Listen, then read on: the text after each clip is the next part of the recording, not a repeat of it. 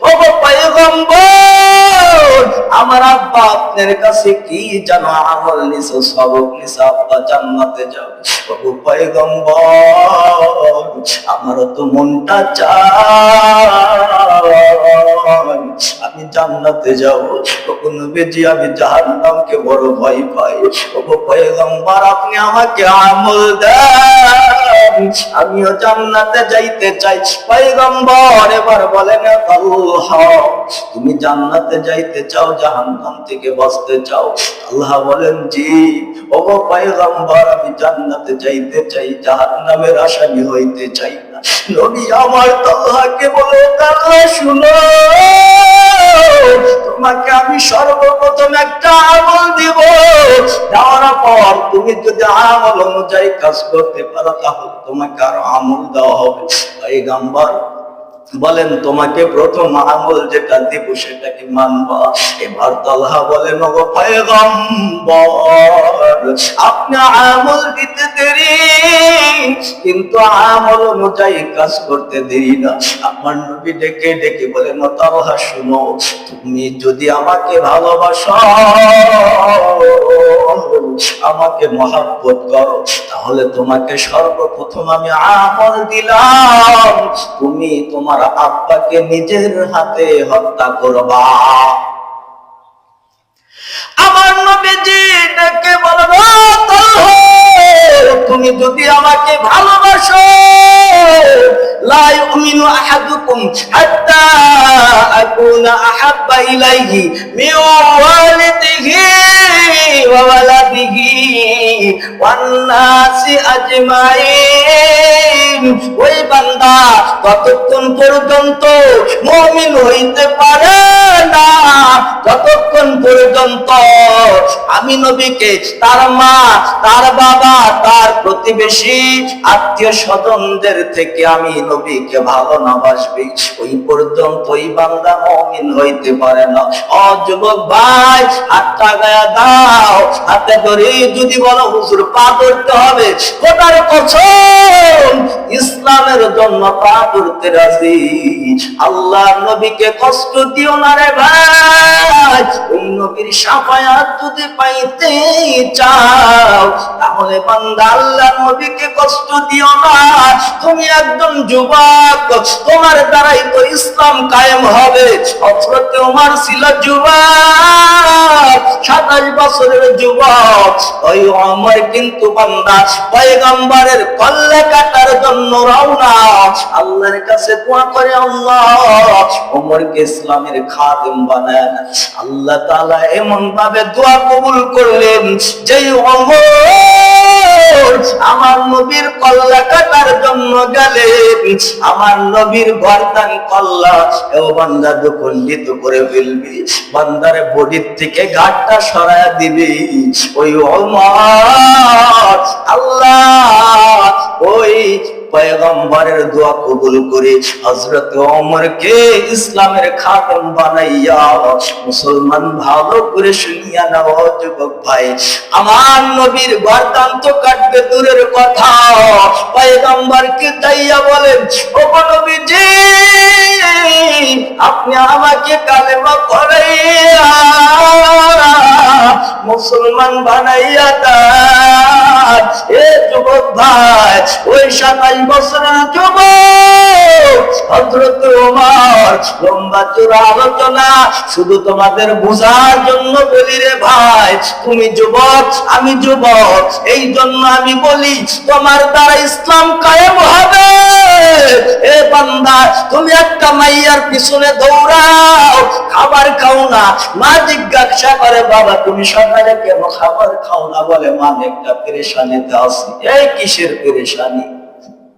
একটা মাইয়ার জন্য খানা পিনা বন্ধ করে দিলাও, দুপুর বেলা খাবার খাও না, রাত্রিবেলা খাবার খাও না। এ বান্দা, একদিন, 2 দিন, 3 দিনও চইলা যায়, সঠিকভাবে খানা পিনা করাও একটা মাত্র মেয়ের কারণে। মুসলমান, তোমার নবী, আমার নবী, যেই নবী এত ভালোবাসা দিয়েছেন, যেই নবীর ওসিলায় কত কিছু দেখতে পারতেছি, ওই নবীর ভালোবাসা কেন সৃষ্টি হয় না? তালহা বলে, ও পয়গম্বর,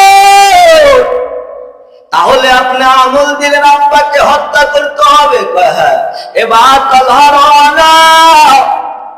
পয়গম্বর বলে, তালহা কোথায় যাও? তালহা বলো, পয়গম্বর আপনি বললেন আমার আব্বাকে হত্যা করার নির্দেশ দিয়েছেন, এখন বলেন কোথায় যাও? পয়গম্বর বলেন, তালহা শুনে নাও, তোমাকে আমি হত্যা করতে বলি নাই, এটা আমার পক্ষ থেকে তোমার জন্য পরীক্ষা ছিল যে আসলে তুমি আমাকে বেশি ভালোবাসো না তোমার আব্বাকে বেশি ভালোবাসো। ও তালহা, তুমি পরীক্ষায় পাস পেয়েছো। ও মুসলমান ইমানদার আল্লাহর গোলাম, ওই তালহা শুধু এই পরীক্ষায় পাস পাই নাই, তালহা রাদিয়াল্লাহু তাআলা আনহু একটা সময় মৃত্যুবরণ করবে। বান্দা ভাব, দিকে বান্দা জ্বরে আক্রান্ত, আব্বাকে দেখে কয়, আব্বা যান, পয়গম্বরের সাথে আমার সাথে অনেক মহাব্বত, অনেক ভালোবাসা, সময় যেন মারা যায়। আব্বা জান, আপনার কাছে আমাকে ওসিয়ত দিয়ে যাই। বলে, কি ওসিয়ত বলো বাবা, তুমি মৃত্যুর সময় কি ওসিয়ত দিচ্ছ? এবার তালহা বলে, ও বাবা শুনো, আব্বা জান, নবী আমাকে অনেক ভালোবাসা বেসেছে, কোন সময় যেন মারা যায় জানি না। আব্বা জান, আপনার কাছে একটা ওসিয়ত হলো, আমি যদি দিনের বেলা মারা যায় তাহলে আমার পয়গম্বরকে খবরটা দিয়ে, আর যদি রাত্রে বেলা মারা যায় আব্বা জান, আপনি আমার পয়গম্বর কে খবর দিবেন না? আব্বা বলে, কি ব্যাপার বাবা, মারা দিনের বেলা গেলে খবর দেওয়া যাবে, আর রাত্রে বেলা যদি মারা যায় তাহলে কি জন্য খবর দেওয়া যাবে না? আল্লাহ বলে, আব্বা যান, আমার নবীর প্রতি কত মানুষ কারাদৃষ্ট চর করে রয়েছে, নবীকে মারার জন্য কত মানুষ পাইতারা করতেছে। আব্বা যান, কত শত্রুরা, কত বেঈমান আমার নবীকে মারার জন্য প্রস্তুত রয়েছে। আব্বা জান, আমি যদি দিনের বেলা মারা যায় আমার নবীর আশা কষ্ট হবে না, রাত্রে বেলা যদি মারা যায় তাহলে তো আমি তালহাকে দেখার জন্য পাগল হয়ে যাবে। ও যুবক ভাইরা, ভালো করে শুনিয়া নাও। এবার তালহা বলে, আব্বা জান, আমি যদি রাত্রে বেলা মারা যাই, পয়গম্বর যখন মাত্র এই খবরটা শুনবে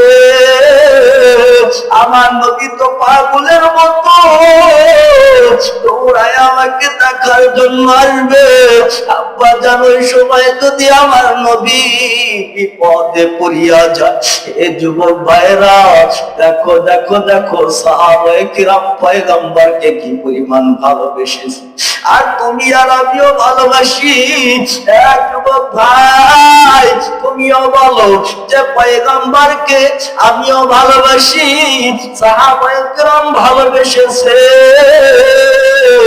তুমি মুখে বলো, বাস্তবে কেন বলো না?